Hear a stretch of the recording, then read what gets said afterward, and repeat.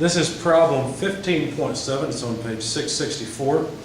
Gear A of a two-gear mechanism starts from rest with a uniform angular acceleration of alpha A equals 1 radian per second squared.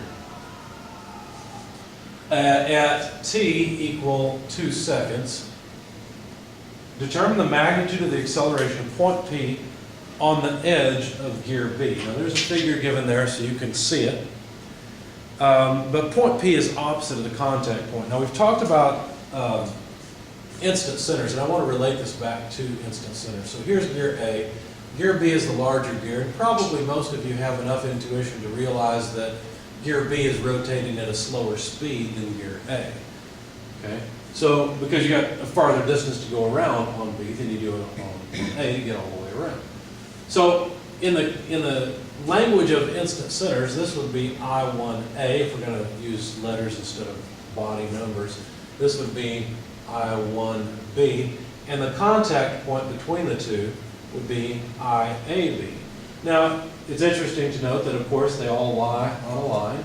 The instant center between the two bodies is between the ground pivots, and so the gears are going to move in opposite directions. Now, we were given that A rotates counterclockwise, so B must be rotating clockwise. So anyway, if we wanted to find the velocity of this, well, why would I care about the velocity of this point? Well, if I'm interested in a point over here, P is going to have two components of acceleration. It's going to have a normal component of acceleration and a tangential component. Now to find those two, what we need to do is go back a couple of pages, go to page 662, and you'll note that the tangential acceleration, the equation for it, is just alpha r, or r alpha, however you want to write it. The normal acceleration is r omega squared. Now this is nothing more than v squared over r. It's the same thing because v is r omega. Okay, so if you plug in r omega here, you'll get just r times omega squared, because one of the r's will cancel. Now, really, how does all this stuff relate to what we were talking about before? Well, the velocity of this point is a tangential velocity that could be described by this equation. Now, this tangential velocity has to be the same on A as it is on B, otherwise we're going to shear gear teeth off, and that's not good. So, when we say this equation, which radius are we talking about and which angular speed are we talking about? Either one, doesn't matter. Basically what this means is that the velocity of that point on A and B is the same. It can be written as RA omega A, or it can be written as RB omega B. Either one is valid. And this is the equation that really allows us to relate the angular speed of A to the angular speed of B, so that we can get at this omega, so we can get at the normal acceleration. But we'll also have to somehow come up with the angular acceleration of B by relating it to the angular acceleration of A. Now, thinking farther, since this point always has to be in contact, not only does the tangential velocity have to be the same, but the tangential acceleration on both of those wheels has to be the same. If not, once again, the velocity of A and B at this point would be different, and we'd shear gear teeth, right? Because tangential acceleration is just the rate of change of tangential velocity. So the tangential acceleration on A and B have to be the same. So let's start off and work with the tangential acceleration of B. So the tangential acceleration of that point, that would be alpha A RA, but it could also be alpha B RB, because once again, this is a point on both bodies, and they have to be related. So if we want the angular acceleration of B, it would be the angular acceleration of A RA over RB, just solving for alpha B. Now the angular acceleration of A was given as 1 radian per second squared. RA, the radius of A, I didn't write it down, it's in the figure. RA is 3 inches. Let's put it here. We're going to use it several times. RB is 5 inches. So RA over RB would just be 3/5. Of course, the inches will cancel. So that comes out to just 0.6 radians per second squared. So what we've just come up with is that the angular acceleration of b is 0.6 radians per second squared. And that's convenient because we like to know the tangential acceleration of b. Okay, no big deal. Now that we've got it, we can calculate it. Tangential acceleration of b. Well, actually, let me back up. What we want is the tangential acceleration of point P. Let me be clear here. And the tangential acceleration of P would just be the angular acceleration of the body times the radius from the center of the body to P. Now, since P happens to be at the same distance as the contact point, then we will again use the radius of B. So this would be 0, well, let me do it this way. This would be alpha B RB. Okay. So alpha B is 0.6 radians per second squared. The radius of B, 5 inches. The radians go away for free. So 0.6 times 5 is just 3 inches per second squared. So there's the tangential acceleration of point P. I'm going to make a note of that up here so that I can erase this and have some space. I don't need this equation anymore. I've used it up. But the tangential acceleration of P, 3 inches per second squared.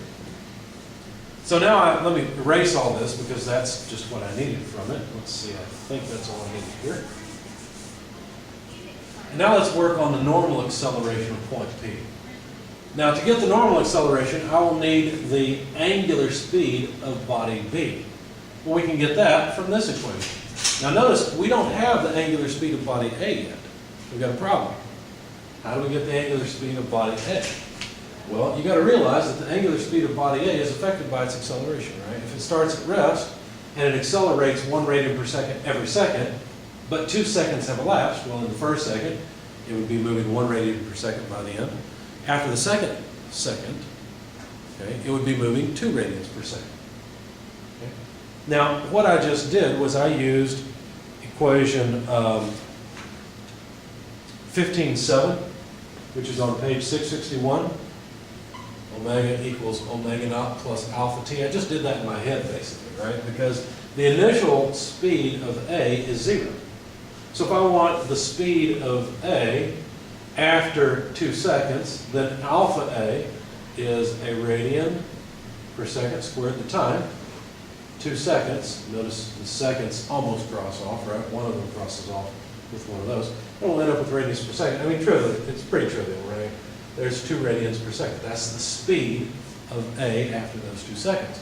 So now I can use this equation, or this relation, to find the angular speed of B at those 2 seconds, right? Not during, but at 2 seconds. So omega B would be RA over RB omega A. So RA again is 3B, RB is 5 inches, the units go away, 2 radians per second. So basically I just need 6/5, which is 1.2. Now we have to be a little bit careful here. The inches go away. This would be radians per second. We're not done yet, right? We just found the omega we're going to plug in here. Because now I want the normal acceleration of point P. So I've used up this equation. I don't need it anymore. And basically what I did is I used this equation to come up with that one. It's relating the linear speed of this point on A and B together. So now I know the angular speed of body B at 2 seconds. So if I want the normal acceleration at that point in time as well, then I'll have to take, and I'm interested in the normal acceleration of P, so I'm going to use the radius out to P. So that would be the radius out to P, but the radius out to P is equal to the radius of the wheel B. And so then omega would be the angular speed of the wheel. We just calculated that. That's omega B squared, since I'm using symbols. So RB, 5 inches, omega B, 1.2 inches, sorry, messing up here, 1.2 radians per second, quantity squared. Okay. Now 5 times 1.2 is 6. 6 times 1.2 again. Can't do that in my head. Anybody have a calculator? It's probably easy. I can't wait. So 5 times 1.2 squared, either that or 1.2 times 6 to give it to us. 7.2. 7.2, thanks. So 7.2 inches per second squared. Notice the radians go away for free again. So now what we've got is the normal acceleration of A, AN, as well as, I'm sorry, I said that wrong. What we have now is the normal acceleration of P on body B.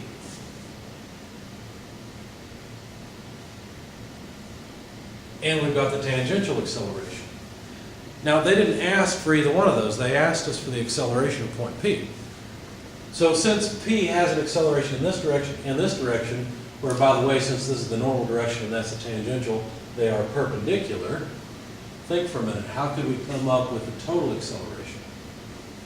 Just a vector sum, right? So all we have to do is sum ATP and ANP vectorially, and we'll have the magnitude of the acceleration of point P.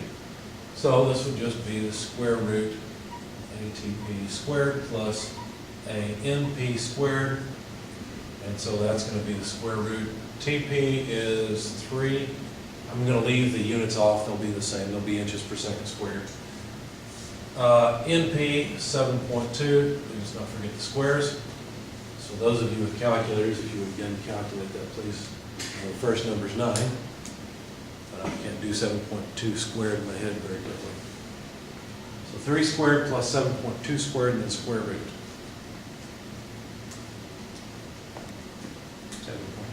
7.8, thanks. So there's the total acceleration of P. Let me ask you a question, what direction would it be? Let me draw that to scale a little bit better. No, not exactly to scale, but my best estimate. If this is point P, what we just said is that point P has a tangential acceleration, and if this is 3 units, right, because that's 3 inches per second squared, then this one needs to be 7.2. 7.2. Yeah, like I'm that accurate. Okay, so let's see. 1, 2, let's make these about the same length. 3, 4, 5, 6, 7, and a little bit. A little bit's supposed to be 0.2. Basically, all you're doing is sum these vectorially, and so the direction would be something like this. Notice that this line is the line that would go through the center. So basically, we're just saying the acceleration of P is not here, it's not here, but it's closer to here. It's something like this. That's the acceleration of point P. Questions, comments?